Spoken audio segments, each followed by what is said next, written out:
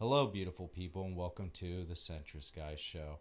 And these are the reasons why I think Joe Biden is most likely going to lose re-election in 2024, and we're probably going to have Donald Trump for another 4 years. So the reason he's going to lose is because his sheer indifference to the suffering of Palestinians and his voters trying to pressure him to change Israeli policy. And I've never seen protests that have been this prolonged. Maybe in the initial run up to the Iraq War, there were some protests, but not this sustained effort in order to influence the government to actually change its foreign policy. I've never seen anything like it.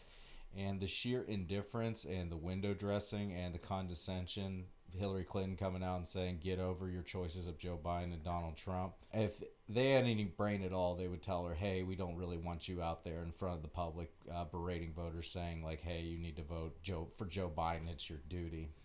So if they're going to go with that strategy, just wagging their fingers at the voters, I think they have another thing coming, and I think we're going to get Donald Trump for 4 more years. Would Donald Trump be better on Israel? Most likely not. He'd probably be very similar to Joe Biden, but there is no difference between either of these candidates. And one could argue that Donald Trump might actually have to listen to Saudi Arabia, and they're pushing for a Palestinian state.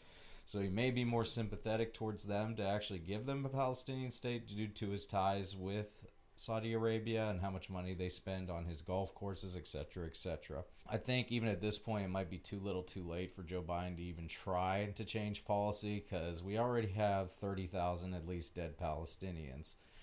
And if they go into Rafah, that number's probably going to double. And I'm not asking Israel to live next to Hamas, but I think they could do a lot more in trying to prevent civilian casualties. And they certainly could let in more aid in than they are currently. We just had 7 aid workers from the World Central Kitchen who were just killed, and now there has to be some sort of shift in tone in Washington, but the policy at this point is just the same. I think they need to condition the aid to Israel, saying like, hey, you've got to let in 100% of the aid in to avoid all these people dying of starvation and famine and all these other things like disease that are going to break out eventually. And people who are detractors would say like, hey, why don't you care about the other human suffering around the world when it comes to like China that has internment camps? China is not a client state of the United States. Israel is. And famously, Bill Clinton, who went into his first meeting or one of his meetings with Israel, said, who the fuck here is the superpower? Because they act like they're the superpower. So if Joe Biden doesn't change course on Israel, I think he's going to lose the 2024 election. We're going to have 4 more years of Trump. I don't buy the demagoguery of people saying Donald Trump's going to end democracy and all this because Joe Biden has actively snuffed out any primary challengers in his own primary. One could argue the Republican primary at least is more dynamic and you actually had real choices. And out of all the choices, my choices would have been either Vivek or Chris Christie.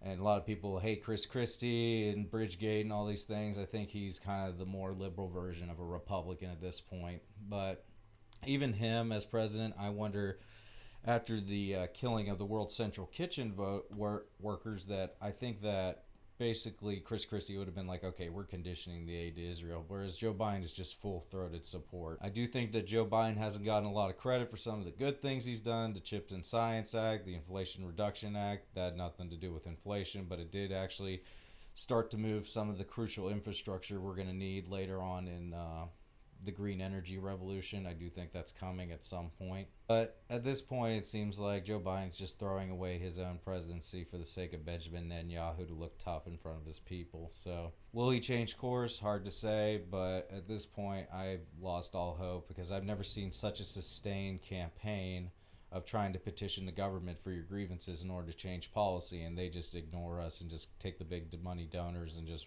walk away with it. And they're like, hey, they're going to vote for us anyway because we have the boogeyman of Donald Trump. And I think at this point, if they choose not to heed the warning of the voters, I think a lot of people, they're not contending with like the worry of voters going over to Trump. They're probably just going to stay home and then not vote. I do think voting's a civic duty. I'm not going to tell you who to vote for. If you want to vote third party, whatever, you want to vote Joe Biden or Donald Trump, I'm not here to tell you who to vote for.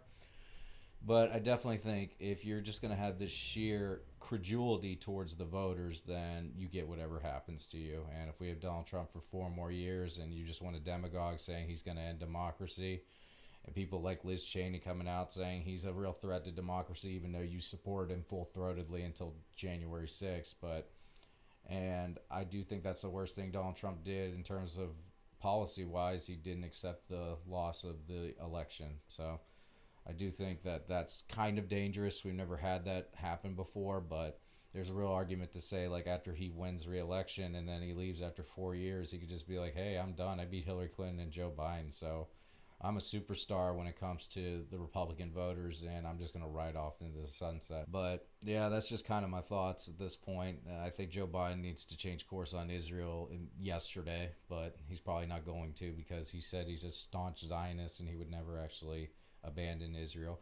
Don't think it's abandoning Israel to try to push them towards the right policy and to actually give the Palestinians a state so we can actually maybe have peace in the Middle East. But I'll leave it at that.